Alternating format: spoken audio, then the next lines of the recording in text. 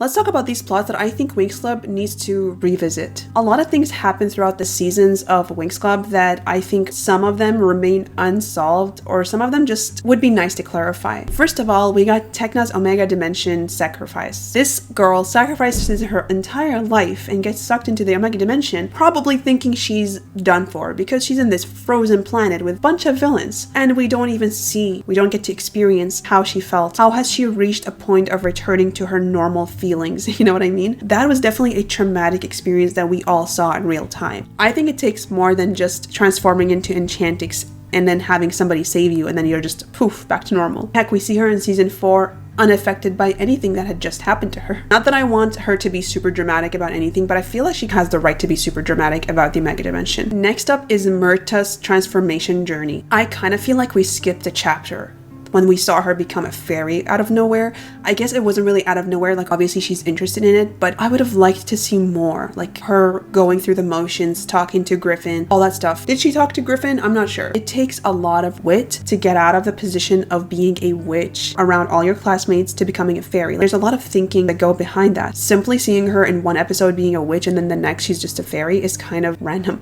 Plus I feel like there should be some process to even turn to a fairy, because I feel like it shouldn't be super easy to decide. Not saying she's undeserving, obviously she's very deserving, but I just think that we need to see exactly what happened there. I think a lot of you are going to agree on this one, but Aisha's grief over Naboo. I feel like after season 4 ended and then we moved on to season 5, there was a slight reminder of Naboo, but there is no grief. Did we not see how emotional she became, that she literally turned evil in season 4? How did all of that just evaporate by the time season 5 started? Plus, how can she be with Nyx? I get that she's trying to move on because he's on or whatever, but I don't know, I would probably need at least 10 years to even heal from this. Naboo was the peak husband material at this point. I mean, they were gonna get married, so crazy, huh? Last but not least is definitely Roxy's journey. We all just kind of saw her become a fairy, and then she found out her mother was this whole thing. If that was Bloom, we would be going through the motions with her. We would be like feeling every part of her emotions, and we did in season 1 when she found out about Daphne. But Roxy here, one part we see her being a human and frustrated by